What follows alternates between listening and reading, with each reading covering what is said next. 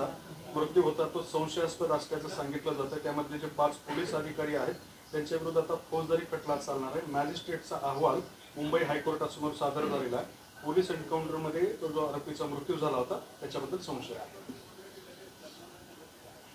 बदलापूरच्या घटनेमध्ये जो आता अहवाल त्यांनी सादर केला आहे त्याच्यावर न्यायालयाने जो काही निर्णय दिलेला आहे त्या निर्णयाचं अंमलबजावणी केली जाईल आणि जो त्याच्यात दोषी असेल, जर तो एन्काउंटर चुकून झाला असेल किंवा जाणून बुजून केला असेल तर त्यावर न्यायालय योग्य तो निर्णयसुद्धा घेईल।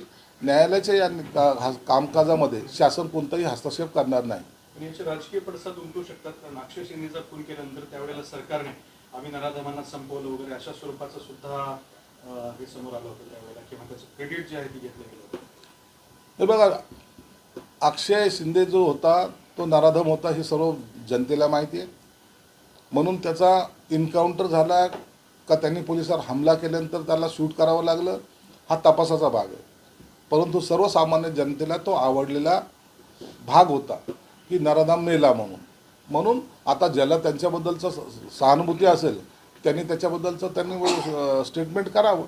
परंतु आम्ही अक्षय शिंदे मेला याच्याबद्दलचं आम्ही ना खंत व्यक्त करत नाही आणि ना आम्हाला त्याच्याबद्दल काही वाईट वाटण्याचं काही कारण नाही। जर तो एन्काउंटर संशयास्पद असेल तर ते जे पोलीस अधिकारी आहेत कुठलंही कारण नसताना एखाद्या व्यक्तीला, एखाद्या आरोपीला असं मारू कसं शकतात? कारण आता सगळं हा कायदेशीर बाब आहे। कायदेशीर बाबाचं उत्तरं हे न्यायालयात दिले जातील। ऑनलाईन जुगाराचे ॲप आले